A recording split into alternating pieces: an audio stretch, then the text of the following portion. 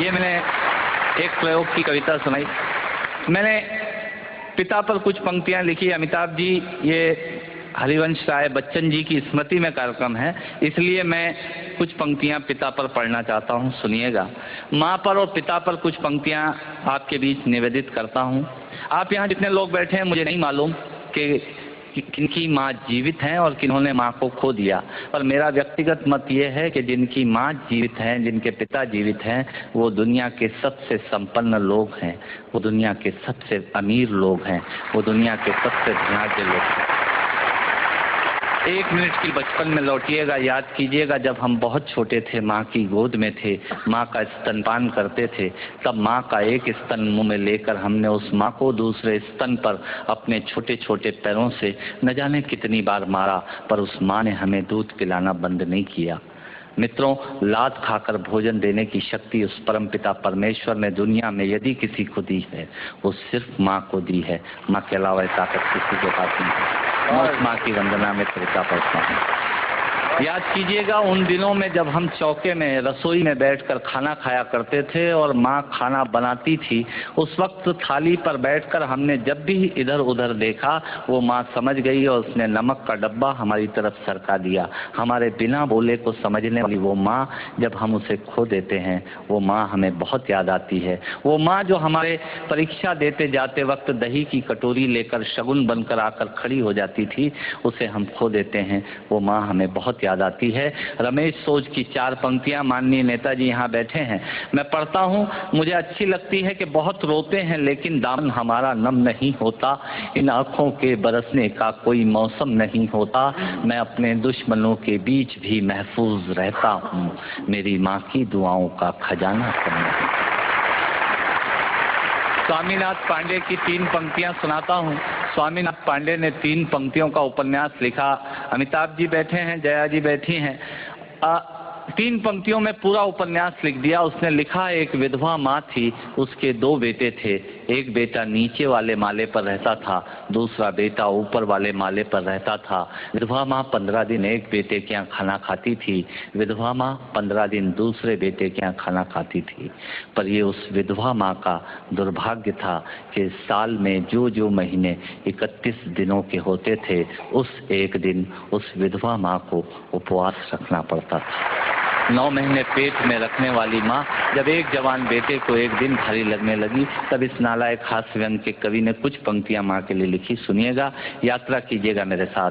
माँ संवेदना है, भावना है, एहसास है। माँ संवेदना है, भावना है, एहसास है। माँ जीवन के फूलों में खुशबू का वास है।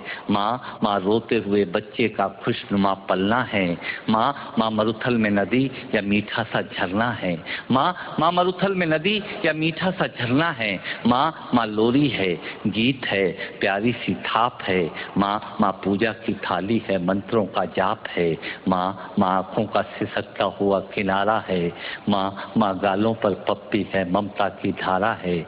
माँ झुलसते दिनों में कोयल की बोली है। माँ मेहंदी है, कुमकुम है, सिंदूर है, रोली है। माँ कलम है, दवात है, स्याही है। माँ परमात्मा की स्वयं एक गवाही है। माँ त्याग है, तपस्या है, सेवा है। माँ फूंक से ठंडा किया हुआ कलेवा है। माँ अनुष्ठान है, साधना है, जीवन का हवन है। माँ जिंदगी के मोहल्ले में आत्मा का भवन है।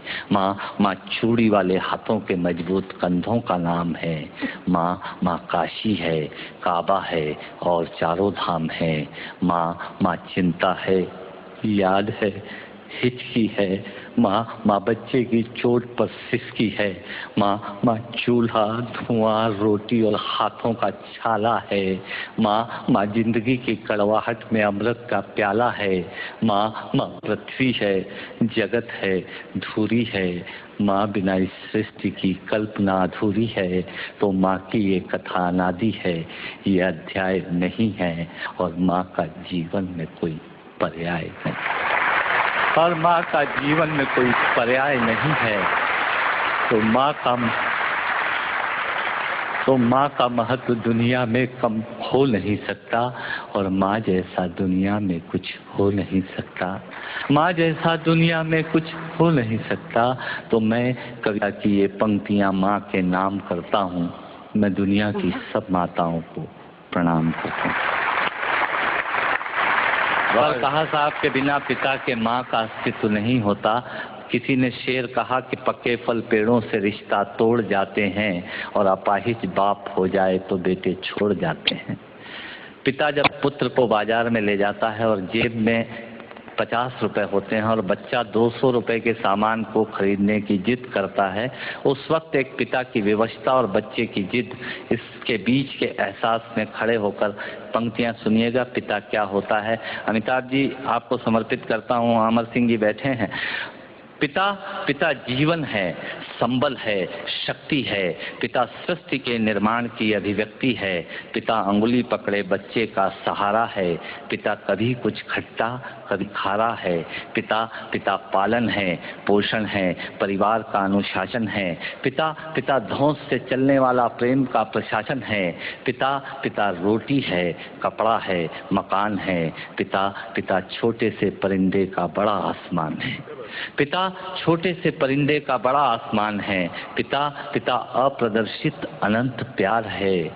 पिता है तो बच्चों को इंतजार है। पिता से ही बच्चों के ढेर सारे सपने हैं। पिता है तो बाजार के सब खिलौने अपने हैं। पिता है तो बाजार के सब खिलौने अपने हैं। पिता से परिवार में प्रतिपल राग है। पिता से ही माँ की बिंदी और सुहाग है। पिता परमात्मा की जगत के प्रति आसक्ति है। पिता गृहस्थ आश्रम में उच्च स्थिति की भक्ति है। पिता अपनी इच्छाओं का हनन और परिवार की पूर्ति है। पिता रक्त में दिए हुए संस्कारों की मूर्ति है। पिता एक जीवन को जीवन का दान है। पिता दुनिया दिखाने का एहसान है। पिता सुरक्षा है अगर सिर पर हाथ है। पिता नहीं तो बचपन अनाथ है। पिता नहीं तो बचपन अनाथ है। पिता नहीं तो बचपन अनाथ है। तो पिता से बड़ा तुम अपना नाम करो। पिता का अपमान नहीं, उन पर अभिमान करो, क्योंकि माँ बाप की कमी को कोई पाट नहीं सकता और ईश्वर भी इनके आशीषों को काट नहीं सकता। विश्व में किसी भी देवता का स्थान दूजा है।